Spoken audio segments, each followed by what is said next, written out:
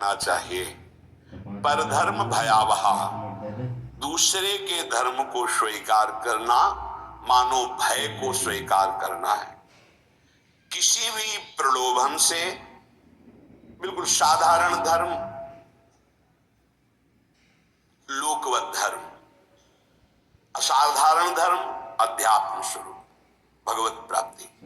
साधारण धर्म में भी अपने धर्म का परिवर्तन नहीं करना चाहिए। जो हमारी भगवान ने धर्म व्यवस्था की है, जहां हमारा जन्म कर्म जो भी विधान रचा है, हम उसके अनुसार भगवत प्राप्ति करेंगे।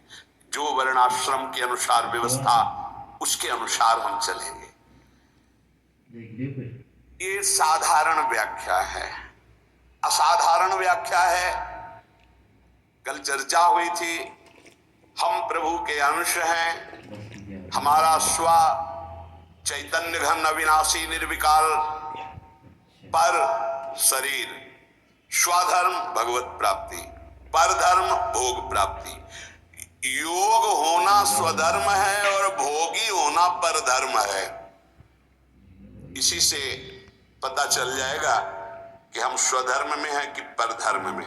ध्यान दीजिएगा, भगवत योग होना स्वधर्म है और भोगों में रत रहना ये परधर्म है।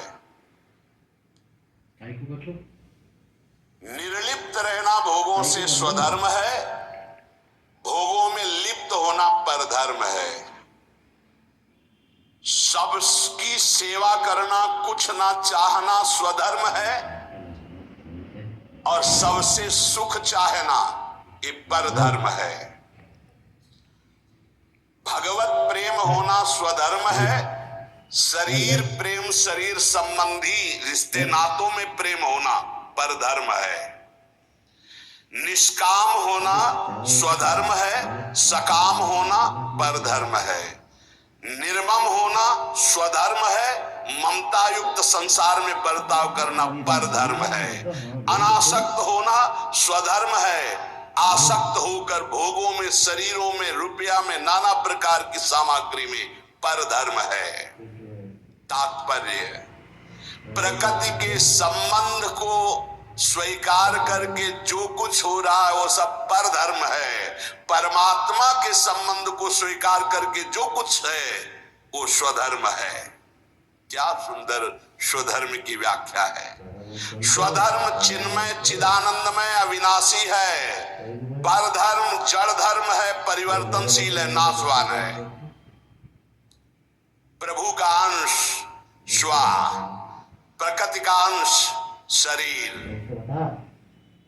स्वधर्म, प्रभु से जुड़ना स्वधर्म, शरीर से, संसार से जुड़ना परधर्म।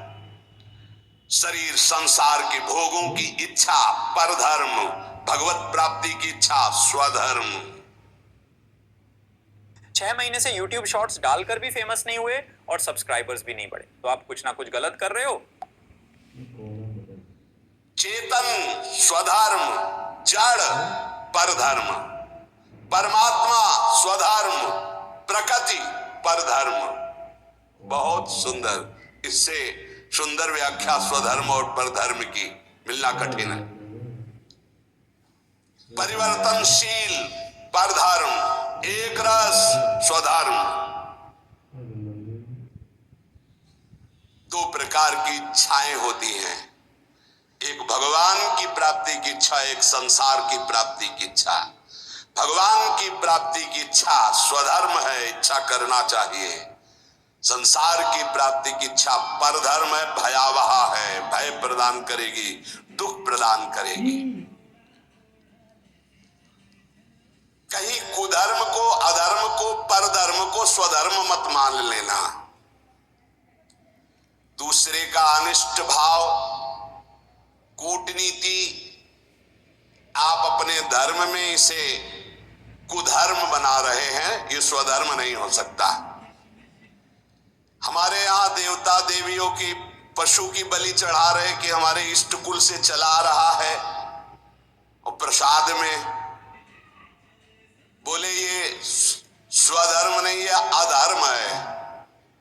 स्पष्ट यज्ञ में आराध्य देव के सामने प्रसन्नता संकल्प पूर्ति में जो पशुओं की बलि है, कैसा कैसा भाव है इसमें? तो कोई बड़ी बहादुरी है? बोले वाले पशुओं को लाके काट दिया और इससे अम्बा प्रसन्न हो जाएंगी। अरे माँ है, वो उसकी भी माँ है। जगदम्बा शब्द कैसे सार्थक होगा? जगदम्बा शब्द कैसे सार्थक होगा? वो सब चराचर जगत की माँ है। माँ अपने बच्चे को काट करके ये देखकर सुखी हो जाएगी? नहीं।